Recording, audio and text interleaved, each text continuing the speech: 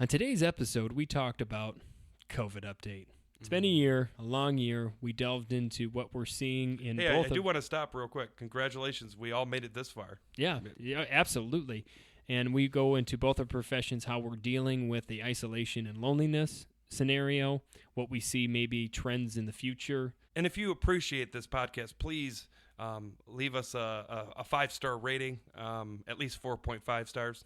And, like us and review and subscribe, send us out to your friends, everything. The more people we reach out to, the better questions we're going to get to answer at the end of our episodes. So let's get to the episode.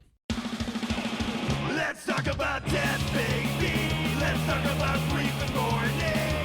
Is it argumental or existential? What's it mean to me? Let's talk about death.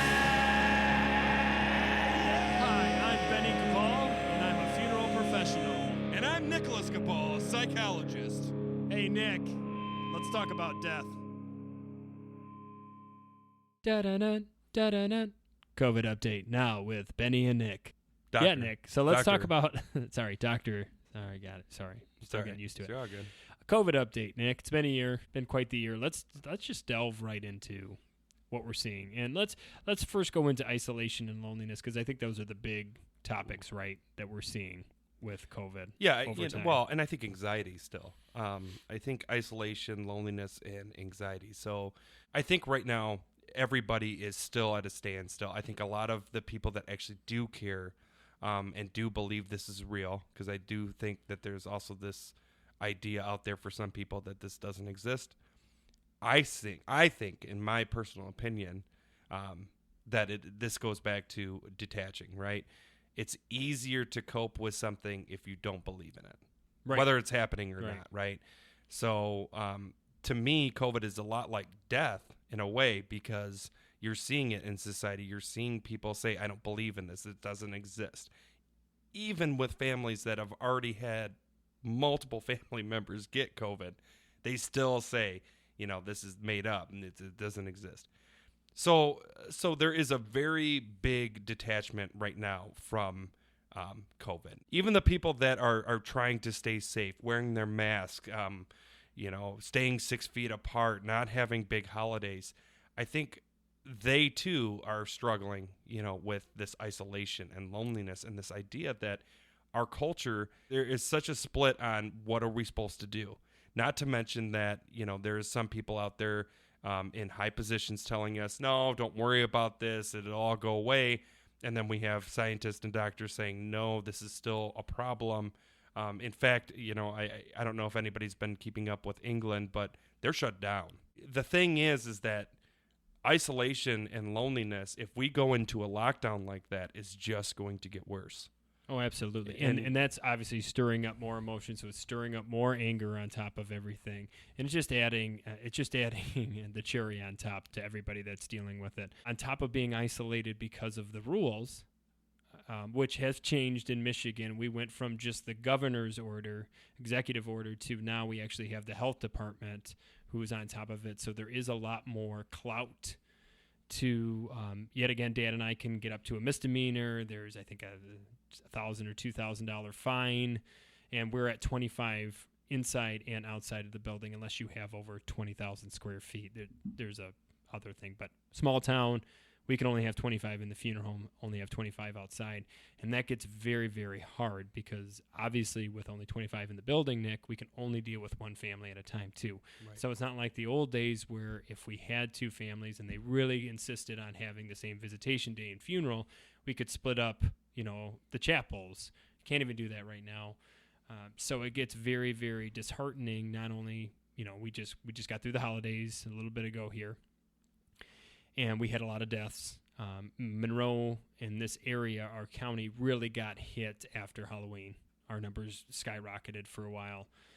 They are starting to somewhat come down, but as we're finding out with the rest of the nation, now it's popping up in other places. Just like where it was in New York, Detroit, when we first started back in March, it's now out in the West Coast, right? It's out in the West Coast is getting really hit right now with all the numbers. And so what's really, really tricky is, yet again, it's the inconsistency of everywhere. You have one state that has one rules. You got another state that has another rules. I really think I think it would behoove Americans if we had all the same law. Because if we all had the same, whether Rules. it's 25, whether it's 50, whether it's 25% capacity, Right. it's everywhere. So you don't have this, families that are already dealing. Mom died. Okay, I got the stress of what is this funeral home going to do? Mm-hmm. And we're still dealing with one funeral home that will do this, another funeral home will do that. Dan and I have always been off the book. So if the book tells us 25 in, 25 out, that's what we're doing. But Nick, I'll be honest with you, it's very stressful because we do have some families that they don't either believe in it, or they just, it's not going to happen to us. We need to have our grieving experience. The idea that you need to flex the rules for us, and the problem is just like everything else. And I think we all learned this when we were kids. If you do it for one family, you got to do it for every family, right? So the idea is, Dad and I have always been, we want to keep you safe, and we want to keep our staff safe. And I think some people forget that too, is we have families too at home. This isn't just your family that you're coming into. You have a pastor coming in. They have their own family, and they have their own faith family. But yet again, I think I think what would help somewhat a little bit is if we all had consistent rules across the board. Well, I think a lot of this stems from distrust, right? We have this idea that because we become an individualized culture, that we don't trust one another. We don't trust science. We don't trust politics. We don't trust each other. So I think that leads to anger, right? And if you don't believe in what I believe in, instead of empathizing and sitting and listening to counterpoints, people are just getting angry. And I don't think it helps that we're all locked in. We're all in cabin fever mode. We all have to wear uncomfortable masks, all to restaurants and all that stuff. And even our favorite restaurants are you can't go to them right now, right? And that was like, at least, for a lot of people, that was one thing they did a week, is go out and, your stress reprieve. You can go out and watch a movie, or you could go out and just go to your favorite steakhouse. Good bowl. All these sporting things are non-existent right now. You can't go to most football games. You can't go to hockey games. Right. So I think a really good, all these things that were stress relievers for many people are now not there. Right. So we have anger, right? Anger is an outward sign of depression. So ultimately, if you go to a deep level, these people, our culture, our people are sad. Right. We are very sad. We're losing people to this terrifying disease, which we still don't really understand very well. We're trying to get vaccines out. We're trying to do everything we possibly can, but there is a lot of barriers to that. Even though the vaccines are coming out, it's going to take a while for people to get them. And not only that, if they want to get them. But ultimately, what I'm trying to say is it comes down to this ultimate idea that we just don't trust one another, and we're angry. We're grieving our autonomy. We're grieving the idea that we cannot do what we want to do when we want to do it. Right. And that is ultimately, again, coming to this place that we're angry. We have to be angry with... I think a big part of this is we're all trying to find something to be angry at. It's hard to be angry at COVID because we really don't know what it is. Right.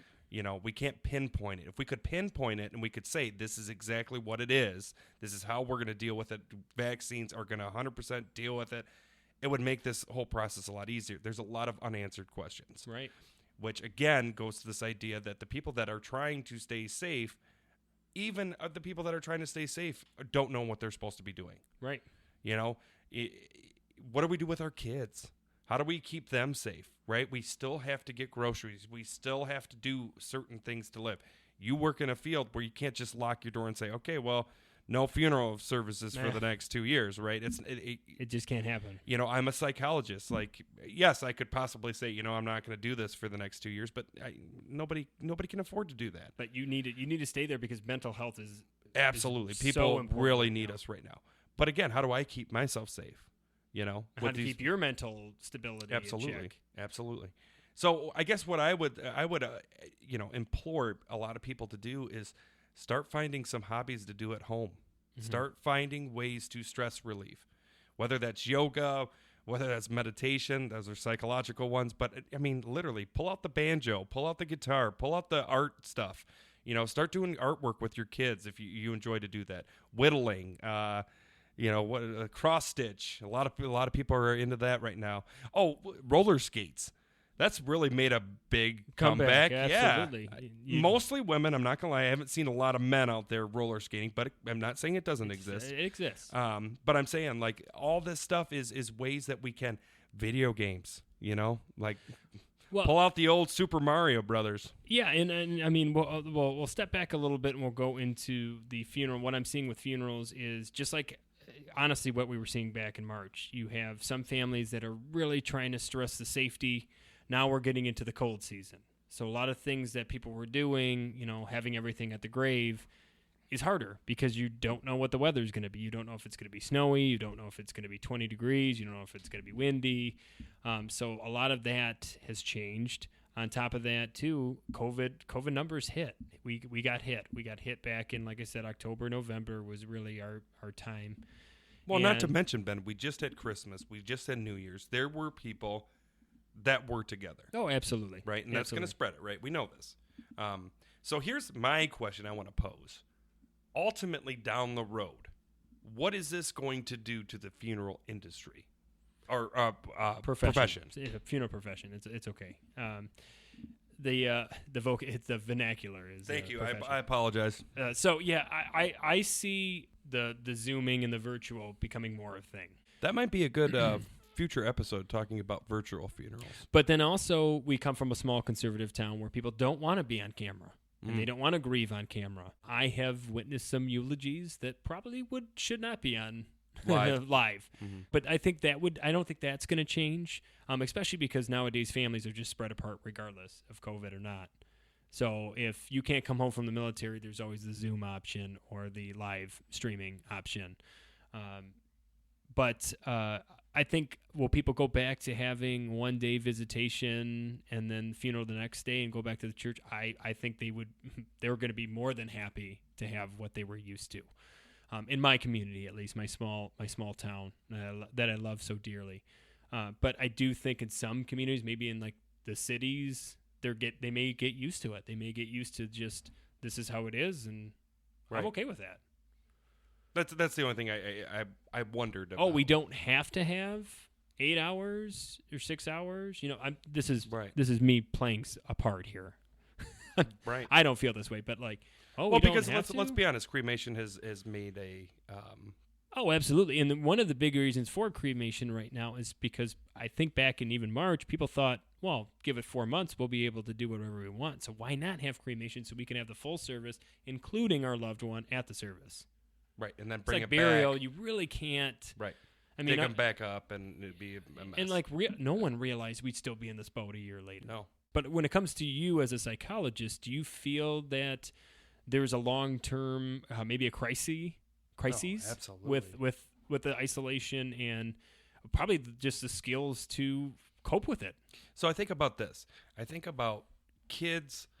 Young kids, especially the children right now, the children that were supposed to go off to kindergarten or first grade, or these pivotal moments where being around other kids is so important for their development, socializing, all that stuff, how to speak to the adults. But I digress. Let's say this goes on for another year, right? These children are now going to be thrown into, let's say, 3rd or 4th grade, without having those first 2 years to understand how to deal with other kids, all that stuff. Teachers, and now classrooms. You're throwing them in a room. I mean, it's a sink or swim, I think, for some of these kids. Not to mention that I think a lot of our teens, kids right now are really struggling with the online teaching or the homeschool with their parents, and I'm sure the parents feel the same way now. I in my work, I've come across teens that usually were A students and now are failing. My hope is one positive thing is that I think the old saying, you don't know how good you have it until it's gone. Mm-hmm. I think this might put a spin on kids actually wanting to go to school.